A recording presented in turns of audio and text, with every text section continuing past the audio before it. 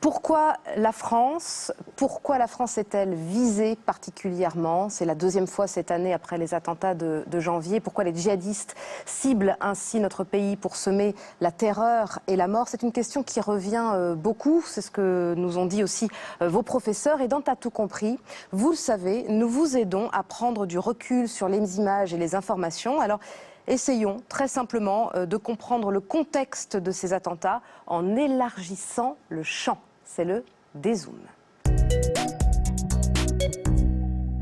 Dimanche dernier, la France a bombardé Raqqa, la principale place forte de Daesh.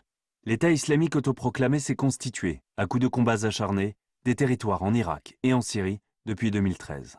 Pourquoi ce groupe terroriste, implanté au Moyen-Orient, a-t-il décidé de commettre des attentats en France? Daesh, l'État islamique, se considère en guerre contre des pays qui veulent le déloger de ces territoires. La France fait partie d'une coalition qui regroupe les États-Unis, la Grande-Bretagne, le Canada, l'Australie, la Jordanie, le Maroc, qui ont décidé de combattre Daesh en Irak et en Syrie. C'est beaucoup plus difficile de commettre un attentat en Grande-Bretagne, puisqu'il y a la Manche, c'est une île, même aux États-Unis. Les États-Unis sont isolés par 2 océans.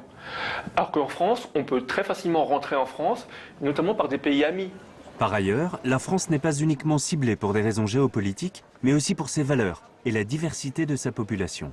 La France est une société ouverte, laïque, et c'est quelque chose que les terroristes islamistes détestent. La France est le pays d'Europe qui comporte le plus grand nombre de populations musulmanes, mais aussi de populations juives. Et donc, l'objectif des terroristes de Daesh, c'est de monter les communautés les unes contre les autres. Nous, musulmans, arabes, on provoque des attentats. Du coup, la population française va en vouloir à tous les arabes et les musulmans, et ça va être le chaos en France. Et pour créer ce chaos, Daesh recrute des Européens. Parmi eux, une majorité de Français embobinés par la propagande de l'État islamique. Ils peuvent avoir la tentation de partir en Syrie et après de tomber entre les mains de gens qui sont très intelligents et qui sont très forts pour convaincre ces personnes d'aller commettre des attentats ou de se battre sur place. Parce qu'il faut quand même savoir que l'essentiel des combattants étrangers se battent en Syrie et en Irak et commettent des attentats en Syrie, en Irak et dans les pays voisins. Daesh cible des populations en Syrie et en Irak, mais pas seulement. En quelques mois, les djihadistes ont attaqué tous azimuts. Les Tunisiens, les Turcs, les Russes en faisant exploser un avion, les Libanais à Beyrouth et enfin Paris, vendredi 13.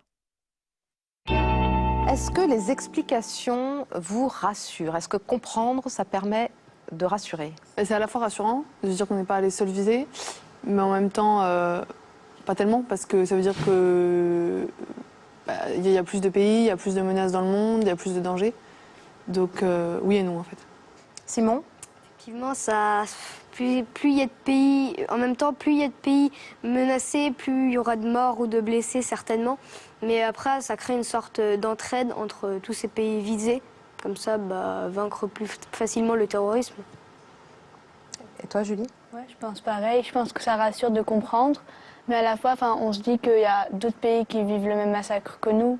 Donc la même situation en tout cas. Voilà, la même situation. Donc à la fois, c'est rassurant parce qu'on peut s'entraider. Mais à la fois, voilà quoi.